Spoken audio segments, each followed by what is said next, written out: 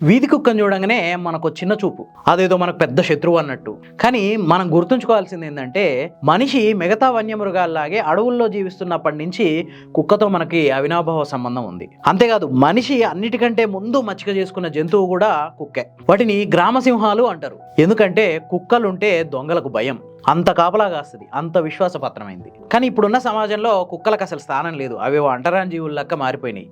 పొద్దున్న లేస్తే వాటి మీద కంప్లైంట్లు. సరే, అది ఎట్లున్నా పశ్చిమ బెంగాల్లో జరిగిన ఒక ఇన్సిడెంట్ మాత్రం కుక్కల విశ్వాసపాత్రతని మరోసారి ప్రపంచానికి చాటి చెప్పింది. పశ్చిమ బెంగాల్లో ఉన్న నదియా జిల్లా నవద్వీప్ అనే ఒక టౌన్ లో రైల్వే కాలనీ ఉంది. ఆ రైల్వే కాలనీలో మొత్తం అంతా రైల్వే కూలీలు ఉంటారు. ఆ కాలనీలో ఉన్న వాళ్ళు తెల్లవారుజామున లేస్తూనే ఒక ఆశ్చర్యకరమైన దృశ్యాన్ని చూసిర్రు. అదేంటంటే, ఒక పసిగుడ్డు పుట్టి 2-3 గంటలు కూడా అయ్యి ఉండదు. ఆ పసిగుడ్డు మధ్యలో ఉంటే చుట్టూ కుక్కలన్నీ ఆ పసిగుడ్డు కాపలాలాగా ఒక వలయాన్ని సృష్టించి కూర్చున్నాయి. ఎవరో అవసరం లేని మహాతల్లి ఈ బిడ్డని గని అక్కడ వదిలేసి వెళ్ళిపోతే ఈ కుక్కలు రాత్రంతా కాపలా కాసి రక్షించినాయి అనమాట. ఈ లోపు ఒక మహిళ ముందుకొచ్చి ఆ పాపను తీసుకోవడానికి వెళ్తే అప్పటిదాకా కాపలా కాసిన శునకాలు ఆమెకు దారి ఇచ్చేసి ఆ పసిపాపను తీసుకెళ్లడానికి హెల్ప్ చేసినాయి. ఫస్ట్ అక్కడ ఉన్న స్థానికులు ఏమనుకున్నారంటే, ఈ కుక్కలే ఎక్కడి నుంచో ఈ పాపను లాక్కొచ్చి ఉంటాయి అని చెప్పేసి అనుకున్నారు.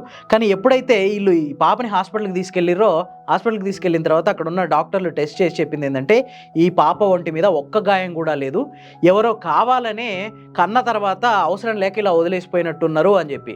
వాటికి ఈ కుక్కలు రాత్రంతా కాపలా కాసి ఉంటాయి అని చెప్పారు. దాంతో ఇప్పుడు కుక్క విశ్వాసపాత్రత మీద మరోసారి నెట్టింట్లో చర్చ జరుగుతుంది. మరి మీకేమనిపిస్తుంది? కామెంట్ చేయండి.